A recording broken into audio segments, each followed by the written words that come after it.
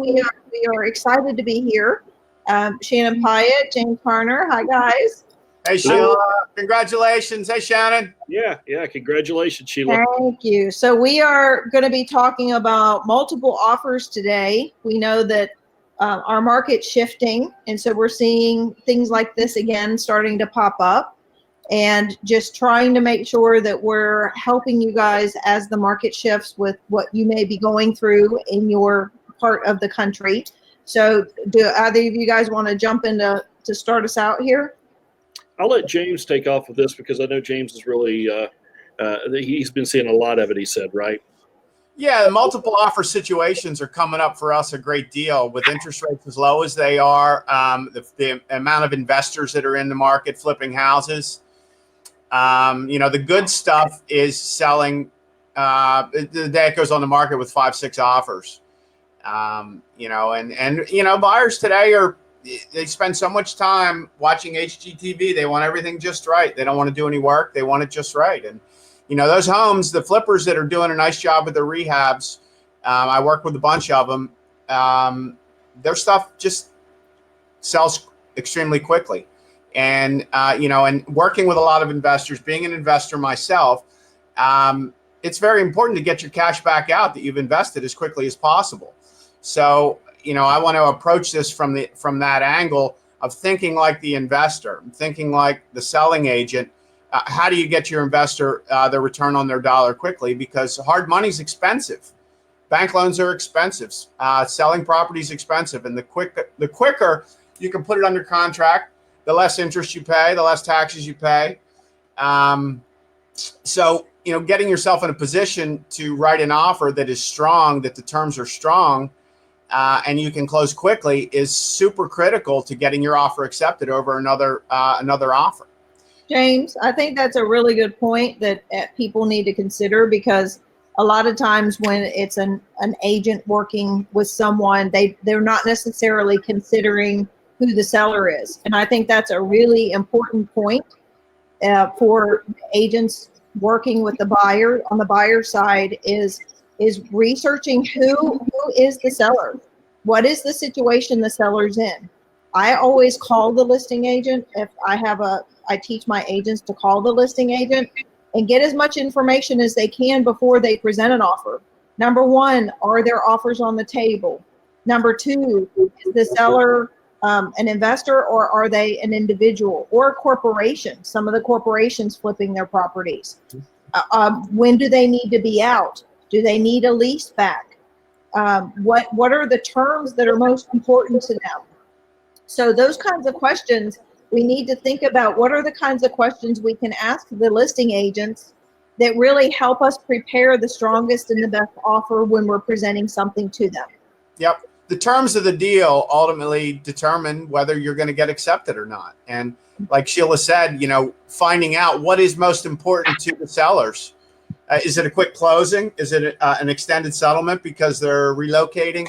It depends on the given situation. You have to assess it. Another thing that I'm seeing a lot in our market here is all the good properties generally go as coming soon listings for 5 to 7 days before they go active here. So it gives the eyes plenty of time to see that property is coming on the market. So anybody who's interested is going to get in there the first day. And that's why we're seeing 5 to 6 multiple offers first day, stuff going for, $5,000 to $15,000 over asking price to get it. With the good flips, with the really nice flips that are done up 100%. And also, if you're not working with an investor, if you're working with an individual, you want to try to find out. One of the things that I teach my agents to do is find out a little bit more about that particular seller, what kind of person they are. Because let's say, for instance, they're a person who is a very caring, nurturing type person, right? Then I'm going to recommend that my buyers send a photo of their family and a nice letter. Hey, we love your house. We love what you've done to it. It feels like home to us. We can see the love that's gone in it, blah, blah, blah, blah, blah. Now, as if it was an investor's not going to care about that, obviously, right? But if it's someone that is a loving, nurturing kind of person that they put their heart and soul into this house for the past 30 years and their kids have been raised there, a lot of times, believe it or not, I've seen that little letter and a family photo trump a price. Absolutely. We've done that many, many times. So you have to structure the deal based on all of the information you can find out. Because like Shannon's saying, you can write a letter and put a picture on it, and that may trump out the price, but on the next family, they may be looking at the bottom dollar. And I've had people accept offers because you were willing to let them lease it back for 2 months because their house wasn't finished. I've had people accept offers for all sorts of reasons, and you'll be most listing agents, depending on the listing agent, but most listing agents will give you a full arsenal of information that you can structure your deal the best way. But you also want to think about how aggressive you can be. So you want to be as aggressive on the front end as you can with your offer, and it may be bidding over like what James is talking about. It may be something where you can actually put something in your deal. I have somebody from California that works for me, and something we started doing is putting in the special provisions that we will pay either $1,000 or $5,000 more than the highest offer that came in. And then an escalation clause. Yep. Then that way you're actually saying, you know, even if we're not the highest, if someone else comes in higher than us, we're willing to go $1,000 to $5,000 more with a maximum of this amount. And then that way it gives you literally a leg up. I've had some agents kind of shocked at it because it's not something that other people have been doing in my market. So they're like, wow, where did this come from? And I'm like, well, they do this in California a lot, but it really makes you a lot more aggressive on your actual offer price. Yeah, we just did one last week on a $500,000 house in a highly desirable area where the $500,000 stuff literally sells for 2 to 5% over asking price, because everything else is $750 and up. Yep. Wow. And then, Do you guys hear me now? yeah, Hey, Matt. awesome. All right. Welcome back. And then the other thing to think about too, and most agents should know this by now, but if you don't just get a buyer, take them out and make an offer. Take the time to get them fully loan approved. And what I'll teach people to tell the buyers is we don't just want a pre-approval letter. We want a full loan approval letter. And the reason why is you've gone through underwriting, you've met all the conditions, you fixed everything that needed to be fixed. You actually know what you can afford because you found out exactly what you're able to get a loan for. Because once you're through that process, they may say, well, you can't afford this much, but we can give you a loan for this much. So you actually know what your buying power is. Plus, the other thing I tell them is that when you're in that position, it's no different than having a pile of cash sitting there. The bank has a pile of cash handing you saying, go find a property. So when I approach the listing agent, I can say my folks are fully loan approved. It's the same as cash. So in their head, my offer is no different than the cash offer. And if my other terms are better, then they're going to accept me. Yep. And to add to that, Sheila, I want to give credit to Brent Gove for teaching me this probably 5-6 years ago. And you guys probably learned it from him as well. There's no reason it should take you 45 days to close on a house. There's none. That's right. You need to find yourself a title company that can get you clear title in 2 weeks. You need to find lenders that can get a full approval, underwriting approval, like Sheila said, and just need a conditional for title and for the appraisal. You can close in 10 business days. Absolutely. You can. And before 6 years ago, I always just assumed it took 30 to 45 days because that's what everybody told me. Right. But that assumption's incorrect. There are companies that will close faster than that. And when you're dealing with investors like I am so much, having a 14-day closing is a big win for an investor because in 30 days they got all their cash back. Well, and it's a big win for the seller from the investor being able to close that fast because, again, it all comes down to what situation's the seller in. Because if the seller is someone who needs the money, who's losing their house or who is upside down or whatever their situation is, and it's not just a normal situation, moving fast may be something really important to them. So Yep. you can put in the contract or let the listing agent know you have a 14-day close, but then let them know, hey, listen, if your seller can't move that fast, we can move it back, or we can close and rent back to you. So that Yep. way you've secured the property. Flexibility. Absolutely. Making And- sure that you're setting it up to be flexible. And I will promise you, if there are 6 offers on the house and you're the only one that can close in 14 days, your offer will stand out. Right. And as long as you're making that, having that conversation, say, look, we don't have to close in 14 days. We're just showing you that's how ready we are for this house. We want it. We'll Right. close in 30 days. We'll rent back to you, whatever works for your sellers. But we're showing you that we're ready to go. Right. You know, guns loaded, locked and loaded. We're ready to go. Get us in the house. Well, guys, I can't stress how important, Sheila, I think you mentioned it, is you guys sit down with your buyers ahead of time, right? If you're working with a buyer, sit down. I'd rather take an hour and a half sitting down with them and not see 1 or 2 houses than trying to just rush through talking to them and go, rush and see a bunch of houses. I picked up 2 buyers last week. They were referrals. I don't work with that many buyers, but I went out, I showed a total of 5 homes and sold these 2 buyers, right? I showed one buyer 2 homes, the other buyer 3. And it kind of goes back, I hear buyer's agents all the time saying, oh my gosh, I just showed them 20, 30 homes. And it all goes back to, before I showed them those homes, I sat down with them for an hour and a half and asked them exactly what they wanted, their criteria. They already had some picked out that didn't fit what they want, right? So we scrapped those. And then some other things you can do is when you're in the house, ask them if they want to buy the house, right? The one on the first house, I asked them, do you want to buy this house? No, we don't think so. Okay, we looked at the second one. Do you want to buy this house? After we looked at it, well, I think we might, right? We had 3 or 4 other showings scheduled. I said, well, then let's cancel those and let's go write this up. I think so many agents are scared to ask the question, do you want to buy this house? They feel like, hey, if I have 8 homes set up to show, I have to show all 8. No, you don't. If they fall in love with the first one, cancel the rest and write it up, right? So Yep. And people have more of a fear of loss than anything. So, to add to that, I would say, Mr. and Mrs. Buyer, houses like this right now are going under contract within 48 hours of them going on the market. This will be under contract by tomorrow. So I suggest we make a decision today and put our best offer on the table today if it's a yes. Right. And, I did that as well with them because they said, yes, we want to buy this one, but I think we may want to take tonight to think about it.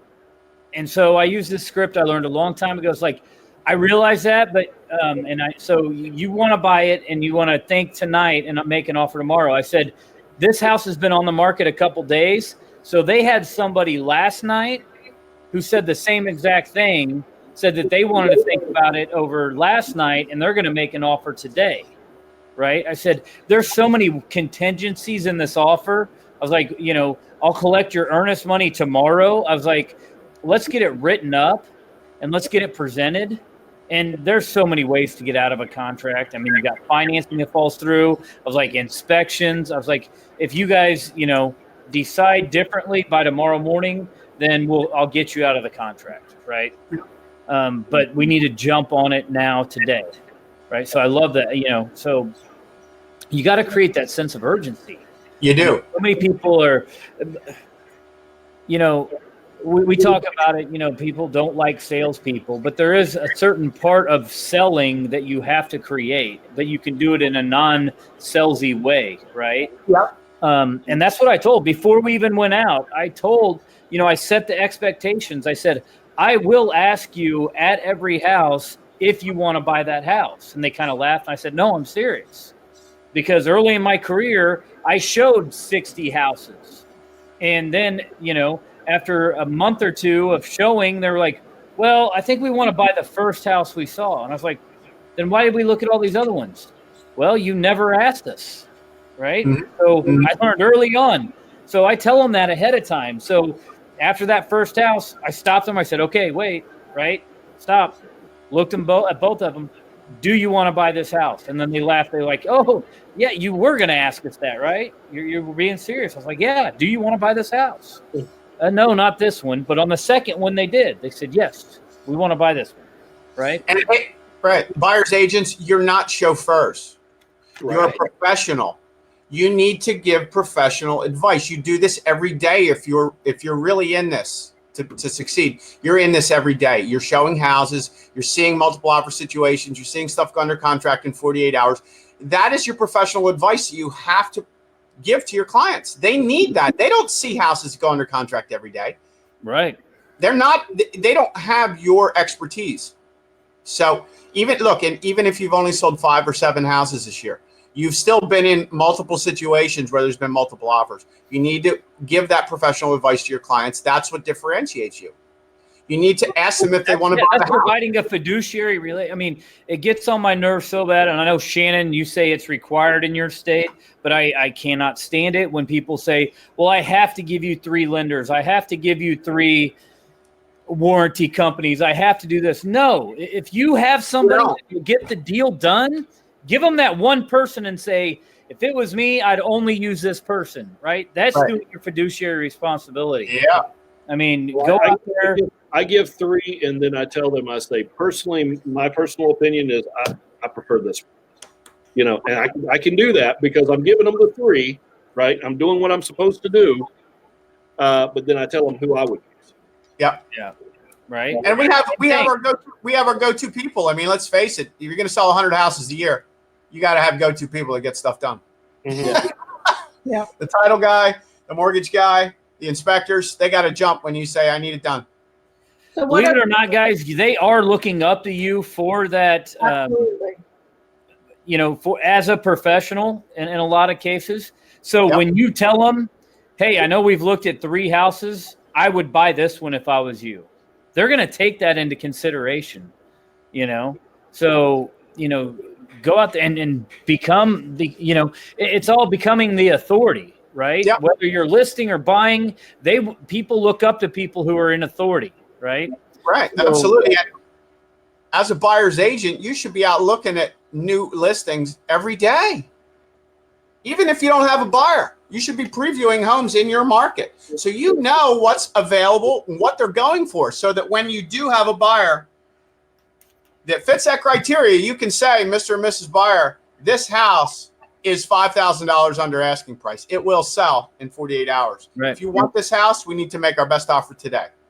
Here's something else you can do to save time, and I did it on these, is after we met and we signed the buyer agency, we were going to look at the homes the next day. We didn't even look at homes that day. And I told them, they gave me a list of like 12. I said, great, okay, that's awesome. Here's what I want you guys to do tonight, right? I want you to drive by every one of these tonight and see if you even like the neighborhood, right? See if you like the street it's on. And honest to God truth, when he came back, he goes, the one that was on the top of our list, he goes, we drove by, it was at night, and we did not want it because they had 0 street lights on that street. And he goes, so that's out for us, right? And that was their number 1 choice.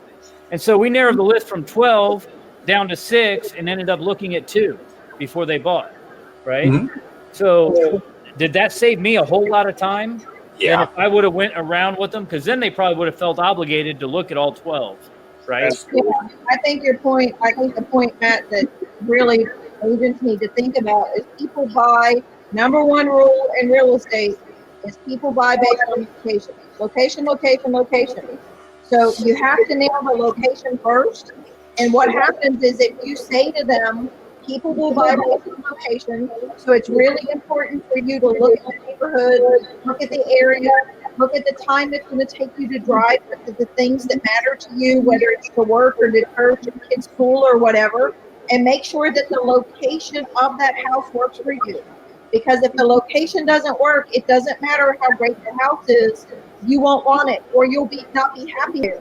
So let's nail the location down first, and that's not something I can do for you. That's something you need to do because you know what you feel comfortable with, and that's a great way to explain it to them to get them to go do the drive. And then you get them to drive the neighborhoods, and then you narrow it down, and even tell them, based on the location, narrow them down from 1 to 10 or 1 to 5 or 1 to 3 of your favorite locations. And then we start there. Exactly. And that way you can show less houses. You're thinking about and making sure that they're going to get something that they're happy with, and you can guide them through the process a lot smoother. I agree, and I think a lot of times, I mean, I can't tell you how many times and I don't work with that many buyers now, but whenever I was working with buyers a lot before, I would tell them, make sure you drive by during the day and at night, right? If there's one that's really like if they've narrowed it down to their 3 or 4 that they want to see, I say, okay, now I want you to drive by once during the day and once at night. That way, because what ended up happening is they drove by at night and they didn't see it, and then the next day they drove by and realized there was a train track right behind the house, and they had no clue. Yeah. Well, So- even going during school, like when school lets out, or when people are coming home from work, if you tell them to go during those times, because based on our guidelines, we're not allowed to talk about the neighborhoods or the people living in the neighborhoods. And I'll say, go park your car at the beginning of the neighborhood during the time people are going home from work. And you're going to see who gets out of their car. You're going to see what kids are like when they're walking home from school, and you'll get a really good feel for that neighborhood. Right. Love it. All right. Well, we're almost up on Awesome. time. So anything else you guys want to add before we wrap it up? No. Find yourself a title company and lender that can close in 2 weeks. Get your buyers fully approved. Right. And get a title company that can get you title orders quickly. And make sure you talk to the listing agent and get all the information, so you're doing your part and your due diligence to prepare to make the best offer for your client. Yeah, Yep. Don't email the offer over. I can't tell you how many times this happens to me as a listing agent. I never get a phone call. I mean, I literally have closed the last 5 transactions that I have closed. I never once got to talk to the agent on the phone. Never once. Never. I tried to call them, couldn't get them. I'm telling you, any millennials that are listening right now, texting's okay after you've established a relationship with the other agent. But if you're trying to do a fiduciary for your client, and that's your job, then you have to communicate with that other agent by phone. There's things that you can get from them that you're not going to get over text. One, because they don't want it in writing. But if they're talking on the phone, they may tell you something that is on the tipping point on if they should tell you or not. But they definitely would not include that in a text. Right. And Yeah. and I had an agent recently, millennial, who he would not answer my phone call. I'd literally call him and he'd text me, "Yeah, what do you want?" And I said, "I'm not moving forward on this deal until you pick up your damn phone. If you can't have a conversation with me, we're done with you and your client." This Or is I a said, I will relationship. consider this non-communication. I'll go straight to your seller, right? Yep. Because I'm not going to do this text. You can't get everything you want. I mean, you can't explain the situation.